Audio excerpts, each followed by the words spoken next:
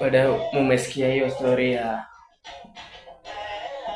wanahabari wa Royal Media, karibu nusu wale popular wenye tunawajua wanataka kuchukua viti za kura 2027.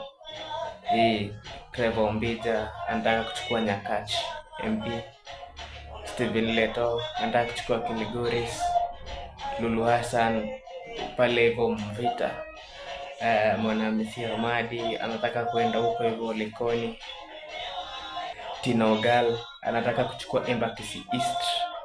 Bana, tukwe tu kusema kweli, media inakufa, mainstream media zinakufa, hakuna do. Ndio maana watangazaji wao wanaenda kuchukua viti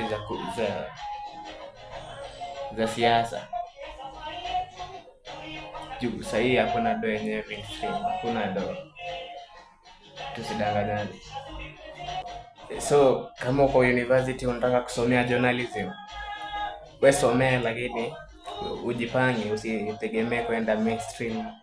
Anza kufungua YouTube channel, TikTok account, Facebook pages, X, uanze kupost huko juu. Mainstream zinakufa na zinakufa ya ukweli. Sasa hatuwezi ngoja news ya saa moja, na tuko na Malcolm atatupea news zenye tunataka kuzisikia saa moja kwa TV, anatupea saa hizi vile zina happen. Tuko na Nairobi gossip, Nairobi juice, tuwezi wangoja. So unaona hata the popular news anchors wanaenda kuchukua viti za siasa ndio wapate do. Hakuna do mainstream. In fact, ni watu mko university mnasomea journalism, mu drop out, muanze kupiga content creation, itawalipa zaidi. Ni bora ni mwasho.